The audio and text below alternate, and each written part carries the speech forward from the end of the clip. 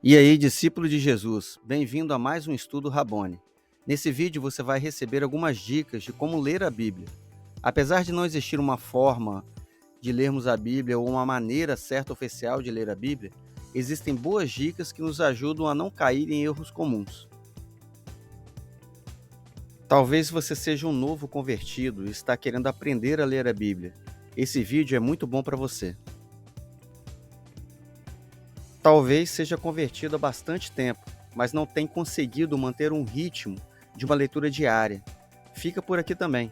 Vou te dar dicas de como tornar a leitura da Bíblia um momento de prazer e não uma rotina ou obrigação. Talvez você já seja um apaixonado pela Bíblia. Lê com regularidade, tem sido sustentado por ela. Mas é tão fominha que não vai conseguir sair do vídeo. Eu te entendo, meu irmão. Bora com a gente. A primeira dica para lermos a Bíblia corretamente é bem simples, mas fundamental para que todo o resto funcione. Não podemos nunca esquecer que quando abrimos uma Bíblia para ler, estamos ouvindo o próprio Deus. A Bíblia é uma das formas mais poderosas de comunhão que temos com o Pai. A Bíblia possui relatos históricos incríveis, mas não estamos lendo um livro de história. A Bíblia é a palavra de Deus. A Bíblia é um livro espiritual. A gente não discerne a Bíblia naturalmente. A gente não consegue entender na profundidade o que está escrito lá apenas com a nossa mente. Disso também falamos, não em palavras ensinadas pela sabedoria humana, mas ensinadas pelo Espírito, conferindo coisas espirituais com espirituais. 1 Coríntios capítulo 2, versículo 13. Precisamos do Espírito Santo. Ele nos revela o que aquele texto escrito séculos atrás quer nos comunicar hoje. Ele mostra o que um texto escrito para toda a humanidade quer falar especificamente com você. Por isso, sempre antes de ler a palavra, eu faço uma oração pedindo a ajuda do Espírito Santo. Essa é a primeira dica e é a mais importante de todas. Tem gente que corre atrás de dicas de interpretação, dicas de hermenêutica, de exegese, e isso tudo é bom, ajuda demais, mas sem o Espírito Santo essas técnicas não servem para nada. A segunda dica é baixe as suas armas, leia com o coração aberto. A Bíblia é um livro vivo, poderoso, que vai mexer com você. Algumas vezes vai te trazer conforto, te levar para um lugar de descanso. Outras vezes vai te desafiar, vai fazer você sair da sua zona de conforto. Algumas vezes vai te consolar, outras vezes vai puxar sua orelha, mostrar seus erros.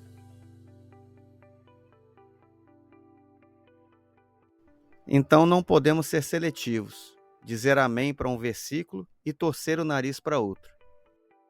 Toda a Escritura é inspirada por Deus. 2 Timóteo, capítulo 3, versículo 16. Primeiramente, porém, saibam que nenhuma profecia da Escritura provém de interpretação pessoal, porque nunca, jamais qualquer profecia foi dada por vontade humana.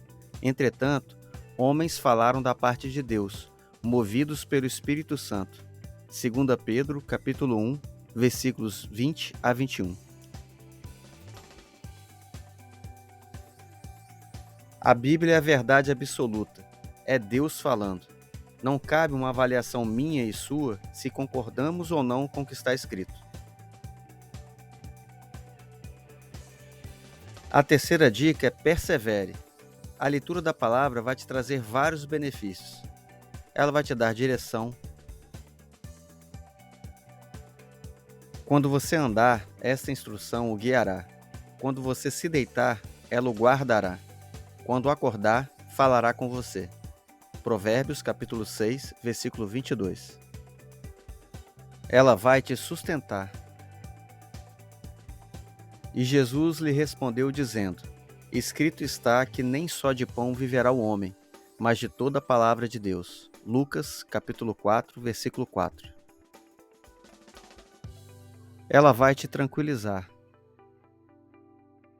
Pois tudo o que no passado foi escrito, para o nosso ensino foi escrito, a fim de que, pela paciência e pela consolação das Escrituras, tenhamos esperança. Romanos capítulo 15, versículo 4. Vai te ajudar nas lutas. Experimente declarar a palavra, orar a palavra. É poderoso. Usem também o capacete da salvação e a espada do Espírito, que é a palavra de Deus. Efésios capítulo 6, versículo 17. Observe que tem um verbo no início do versículo, usem. O texto de Efésios 6 é muito conhecido por descrever a armadura de Deus que está disponível para todo cristão. Mas uma armadura não tem serventia se ficar guardada. A palavra nos exorta a usar a armadura, usar a espada e cada um dos componentes da armadura. Vai te fazer crescer espiritualmente. Até que todos cheguemos à unidade da fé e do pleno conhecimento do Filho de Deus, ao estado de pessoa madura, à medida da estatura da plenitude de Cristo, para que não mais sejamos como crianças, arrastados pelas ondas e levados de um lado para o outro por qualquer vento de doutrina, pela artimanha das pessoas, pela astúcia com que induzem ao erro. Mas, seguindo a verdade em amor, cresçamos em tudo naquele que é a cabeça, Cristo. Efésios capítulo 4, versículos 13 a 15. Vai te capacitar. Procure apresentar-se a Deus aprovado, como obreiro que não tem de que se envergonhar, que maneja bem a palavra da verdade. 2 Timóteo capítulo 2, versículo 15. Você pode estar se perguntando, beleza, mas cadê a dica sobre perseverar? Por que você está me explicando cada benefício de ler a Bíblia? Simples, porque vai ter dia que você não vai ter vontade de ler. Então é muito bom ter em mente os benefícios e a importância de ler a Bíblia. É um combustível a mais para você vencer o desânimo. E tem outra coisa, pensa comigo. Se ler a Bíblia é tão importante para nós, nos faz tão bem, é claro que o inimigo não vai ficar de braços cruzados vendo a gente ler todos os dias. Ele vai gerar situações para roubar nosso tempo, nossa atenção, nosso ânimo. Então precisamos estar atentos e nos esforçar, perseverar. É uma guerra contra a nossa carne e contra o diabo. Você só vai perseverar em ler a Bíblia todos os dias quando entender de verdade que isso não é uma opção para nós que seguimos Jesus. É uma questão de vida ou morte. Se não alimentarmos o nosso espírito, morremos. Temos que ler mesmo sem vontade. Perseverar na leitura é isso. Lendo a Bíblia todos os dias, você vai criar o hábito. Quando isso acontecer, tudo vai ficar mais fácil. Você não para pensar se vai fazer algo que já é um hábito estabelecido. Assim tem que ser com a sua leitura das Escrituras. Deve ser como escovar os dentes, tomar banho, almoçar. A própria palavra nos ajuda a ter perseverança. Entretanto, tudo o que foi escrito no passado tinha um propósito de nos ensinar, de forma que, por meio da perseverança e do encorajamento das Escrituras, mantenhamos a nossa esperança. Romanos capítulo 15, versículo 4. Quarta dica: separe um tempo. Escolha um horário que favoreça um tempo de qualidade. Não escolha uma hora que você já esteja caindo morto de sono. Nem perto de um compromisso para você ter que ler com pressa. Você precisa de um tempo de qualidade. Quinta dica: escolha um local adequado. Mas ao orar, entre no seu quarto e feche a porta. Ore ao seu Pai, que está em secreto, e o seu Pai, que vem em secreto, lhe dará recompensa. Mateus capítulo 6, versículo 6. Mas o texto fala isso para quando a gente for orar. Isso vale para todo o nosso devocional, para todo o nosso tempo de intimidade com Deus. Orar é conversar com Deus, é um diálogo onde falamos e ouvimos.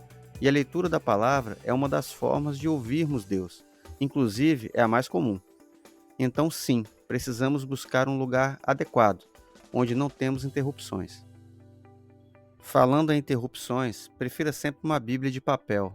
Desligue o celular ou ao menos coloque ele no silencioso e longe da sua vista. A sexta dica é começar lendo a Bíblia toda. Antes de partir para um estudo mais minucioso de uma parte da Bíblia, é importante termos uma visão do todo. E quando falo do todo, é do todo mesmo, de Gênesis a Apocalipse.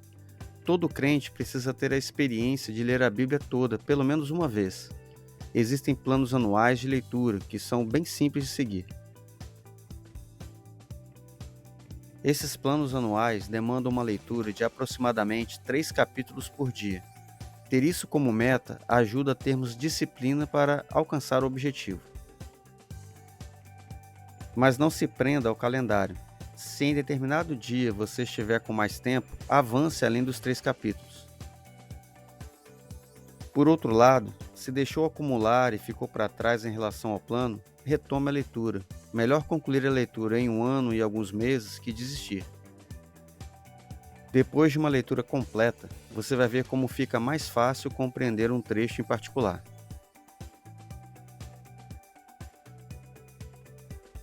A sétima dica é cuidado com o contexto. Não tente entender ou interpretar um pequeno trecho da Bíblia sem ler todo o contexto. Você precisa ler porções maiores, algumas vezes todo o livro, caso você não se lembre muito bem do que se trata o mesmo. Tentar interpretar um versículo isolado é sempre um risco de entender errado. Por exemplo, tudo posso naquele que me fortalece. Filipenses, capítulo 4, versículo 13. Olhando só para esse versículo, é possível achar que podemos fazer qualquer coisa. O versículo fala, tudo posso. Tudo é tudo, qualquer coisa. Então o versículo fala que podemos fazer tudo o que quisermos, afinal é Jesus quem nos fortalece. Uau, que top! Temos superpoderes.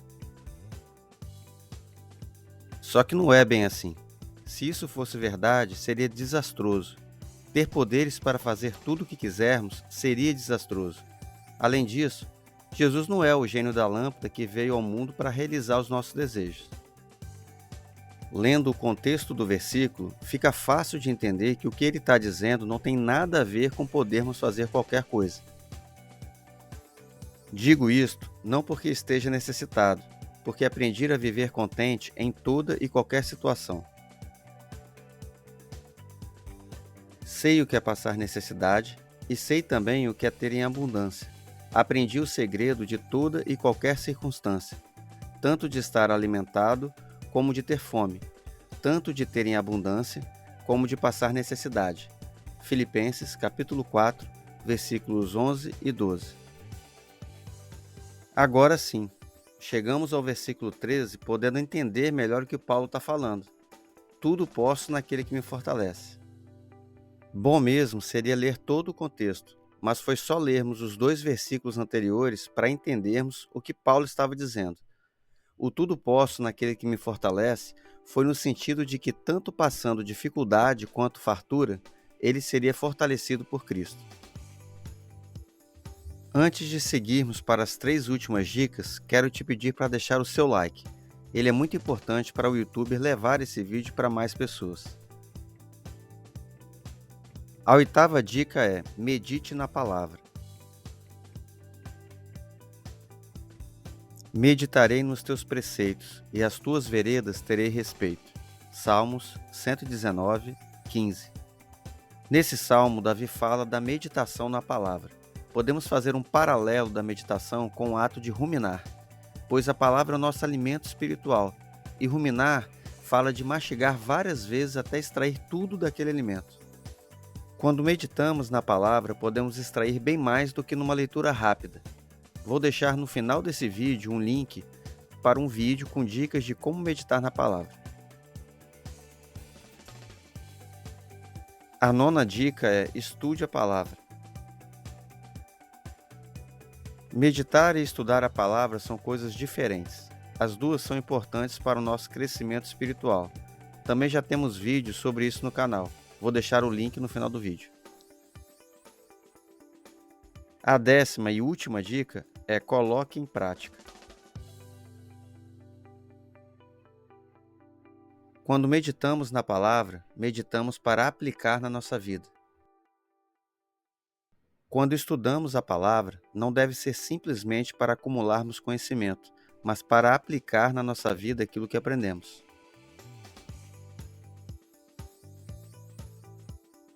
Imagina a seguinte situação: um pai chega para o filho e fala: organize o seu quarto, arrume a cama, organize o guarda-roupa e sua mesa de estudo.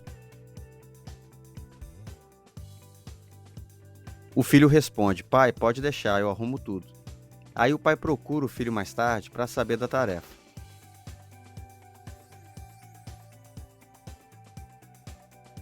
Daí o filho responde: pai, eu decorei a sua ordem, escrevi no papel e repeti para mim mesmo várias vezes até decorar.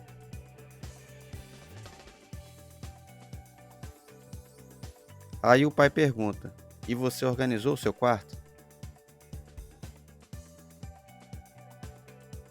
E o filho fala: ainda não. O pai então repete: filho, arrume seu quarto.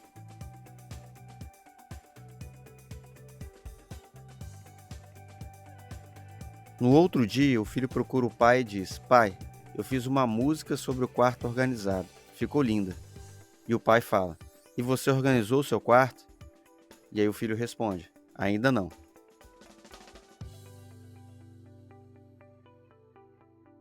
Passam 15 dias e o filho procura o pai de novo e fala: pai, eu fui num congresso esse fim de semana, foi top.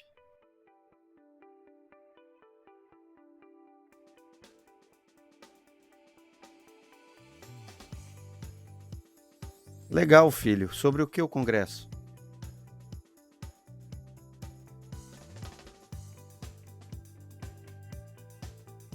O filho responde: os organizadores de quarto dos últimos dias. O pai, com toda a paciência do mundo: bacana, filho. E você organizou o seu quarto? Ainda não, mas pai, você tinha que ter visto. Eu ministrei a célula ontem sobre a importância de mantermos nossos quartos organizados. Talvez você esteja pensando: se eu fosse esse pai, já teria perdido a paciência com esse filho desobediente. Que absurdo esse garoto. Mas se parar para pensar, muitas vezes fazemos a mesma coisa. Deus nos fala o que devemos fazer através da palavra. Nós entendemos, buscamos mais conhecimento sobre o assunto, cantamos louvores que falam sobre aquilo e às vezes até ensinamos, mas não praticamos, não obedecemos. Precisamos colocar em prática.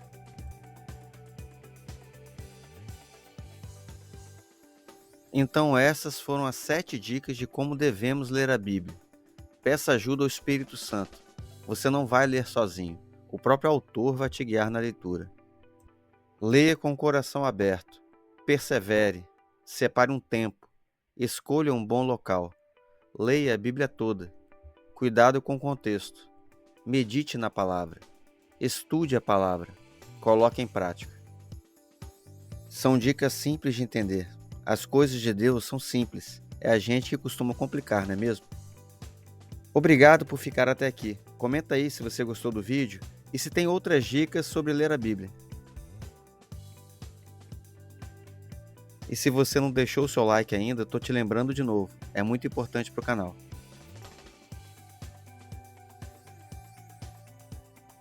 Se inscreve no canal. Aí em cima tem aqueles vídeos que eu falei. Um sobre meditar na palavra e outro sobre estudar a palavra.